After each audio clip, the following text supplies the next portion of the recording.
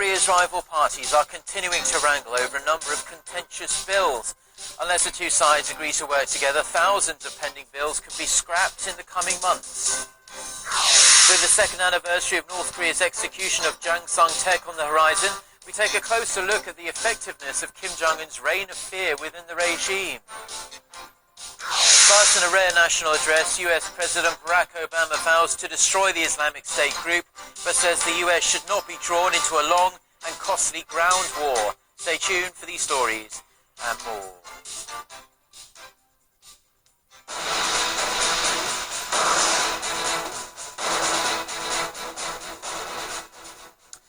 Hello, it's noon on Monday, the 7th of December. You're tuned in to our midday newscast here on Arirang TV. Thank you for joining us. I'm Mark Brew. And we start at the National Assembly. Lawmakers now have just 2 days left before the 100-day regular session ends on this Wednesday. The rival parties are still having a hard time finding middle ground over some controversial bills, which could end up impacting thousands of other bills that have been gathering dust in Parliament for months. Park Ji-won starts us off. Some of the bills the two parties had earlier decided to pass during this regular session still face uncertainty in their parliamentary passage.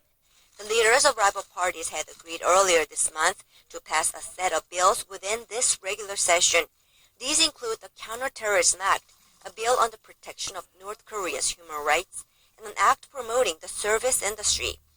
But the Counterterrorism Act is facing strong resistance from the opposition blocs over a planned extended role by the nation's intelligence agency, while the Service Industry Promotion Act is also facing hurdles, with opposition parties concerned over any possibilities of the privatization of the health service.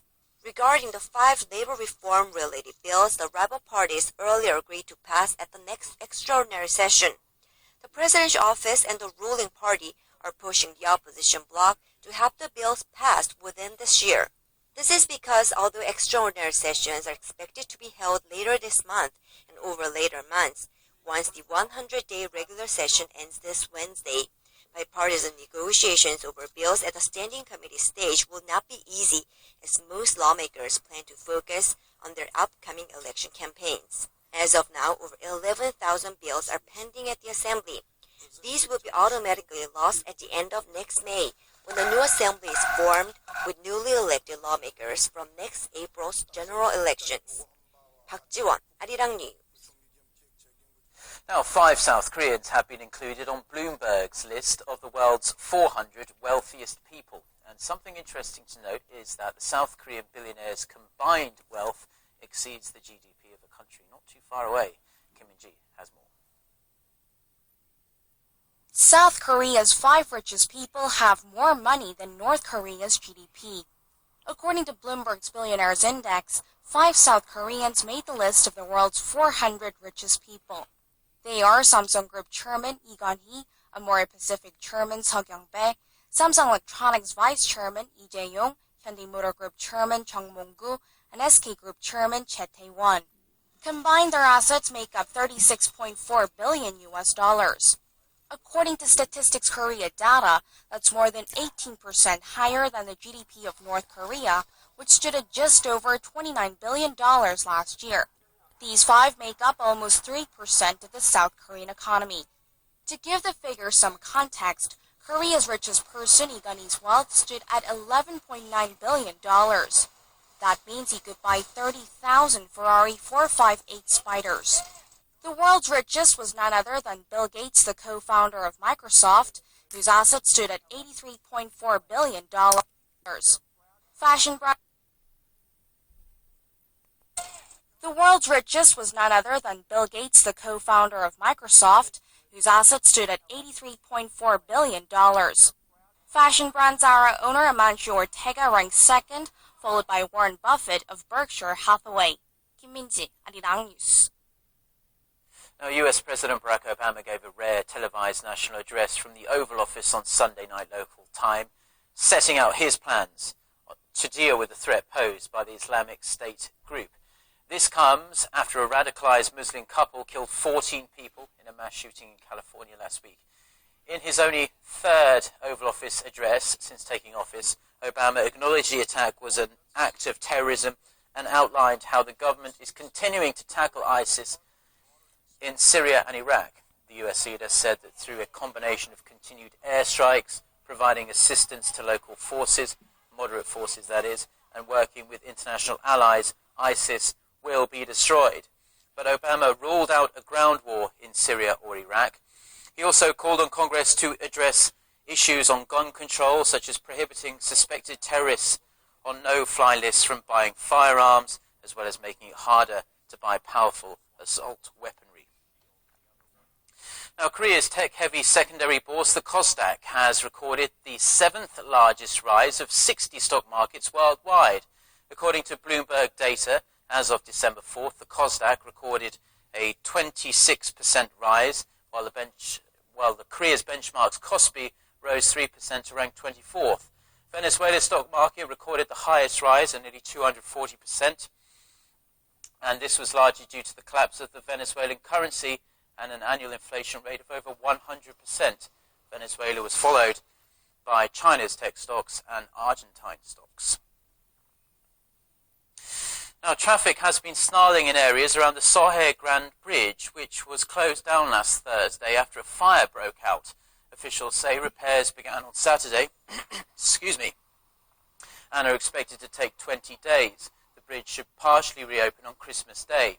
Following investigations over the weekend, the Transport Ministry said Monday that 1 cable snapped and 2 were damaged in the fire. It's expected to cost almost $2 million to replace the cables. Now, a new report has shown that the vast majority of Korea's middle class actually identify themselves as members of a lower social status. A report also found that most of them expect to experience poverty in their later years. Park Se-young has the details. 65% of Korea's population falls in the middle class. For a family of 4, households with an income range of about $1,600 to $4,800 a month fall into the group.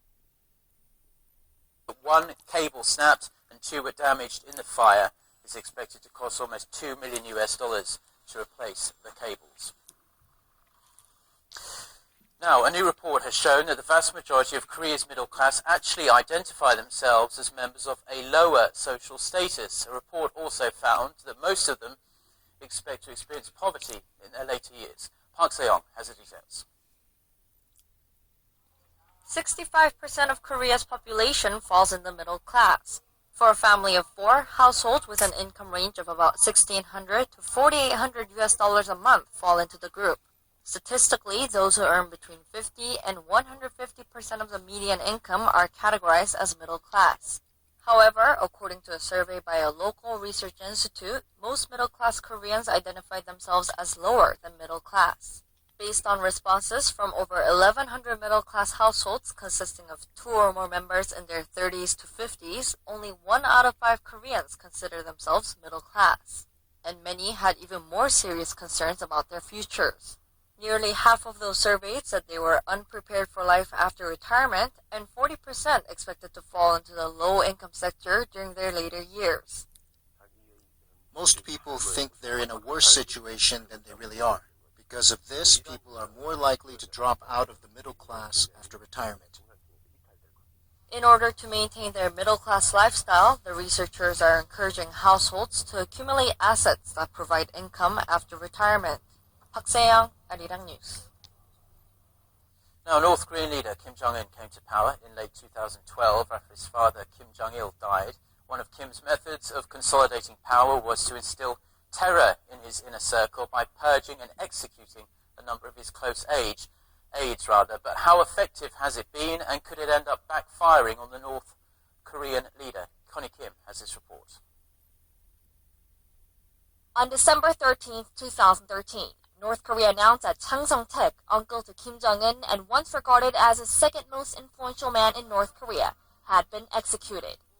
Experts say Chang's removal was part of the young leader's efforts to consolidate his position after taking power in late 2012.